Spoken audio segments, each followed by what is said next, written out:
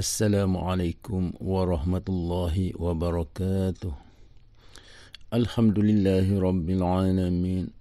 Wassalatu wassalamu ala ashrafil anbiya'i wal mursalin wa ala alihi wa sahbihi ajma'in. Rabbi shrah li sadri wa yassir li amri wahlul 'uqdatam min lisani yafqahu qawli. Namun kemudian dia berfikir dan sedar bahawa dirinya telah banyak melakukan dosa dan maksiat.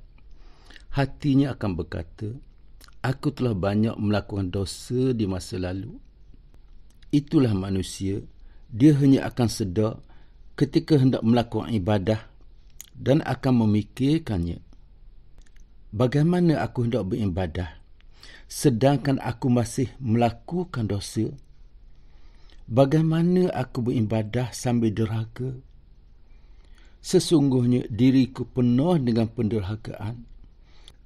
Jika demikian, aku harus bertaubat terlebih dahulu, membersihkan diri dari perbuatan maksiat, menunjukkan rasa penyesalan agar Allah mengampuni dan membersihkan aku daripada segala dosa.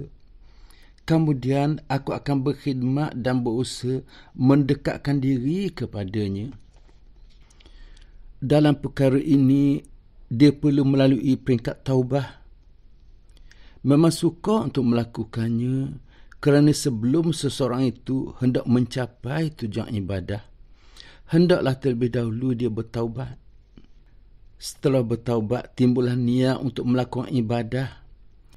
Akan tetapi lazimnya niat untuk melakukan ibadah itu akan terganggu oleh pemikirannya yang merasa terhalang oleh perkara-perkara ini. Yang pertama dunia, yang kedua manusia, yang ketiga syaitan, dan keempatnya hawa nafsu. Maka seseorang yang ingin mencapai tujuan ibadah mestilah berkemampuan untuk melewati 4 godaan tersebut. Jadi dalam perkara ini, seseorang itu perlu berhadapan dengan peringkat seterusnya, iaitu peringkat godaan. Cara untuk melewati peringkat ini ada 4. Yang pertama, tajarru' anid dunia, yakni membulakkan tekad hingga kesenangan dunia tidak mampu menggoyahkan hatinya. Yang kedua, sentiasa berwaspada dan menjaga diri agar tidak tersesat oleh sebarang godaan. Dan yang ketiga, memerangi segala tipu daya syaitan. Dan yang keempatnya, mampu mengendali hawa nafsu. Dari keempat-empat perkara di atas, memerangi dan mengendali hawa nafsu adalah yang paling sukar, sebab kita tidak akan dapat mengikisnya sampai habis sehingga terpisah dari nafsu.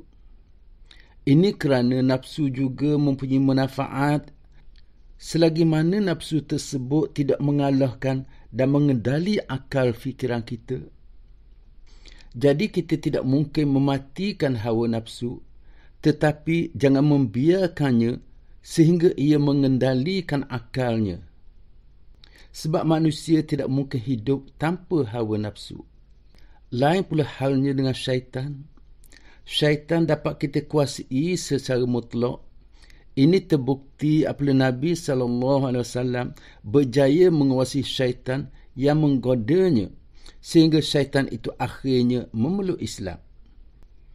Walaupun kita mampu mengalahkan syaitan dengan mutlak, namun kita tidak mungkin mengalahkan hawa nafsu hingga mematikannya, melainkan mengendalikannya.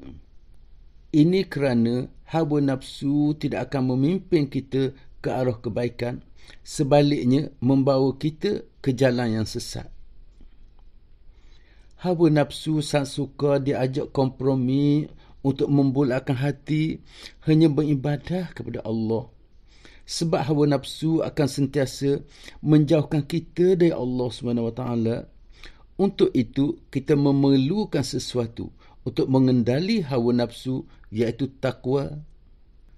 Umpama mengendali kuda degil, kita juga harus mampu untuk mengendalikan hawa nafsu ke arah kebaikan dan kebenaran.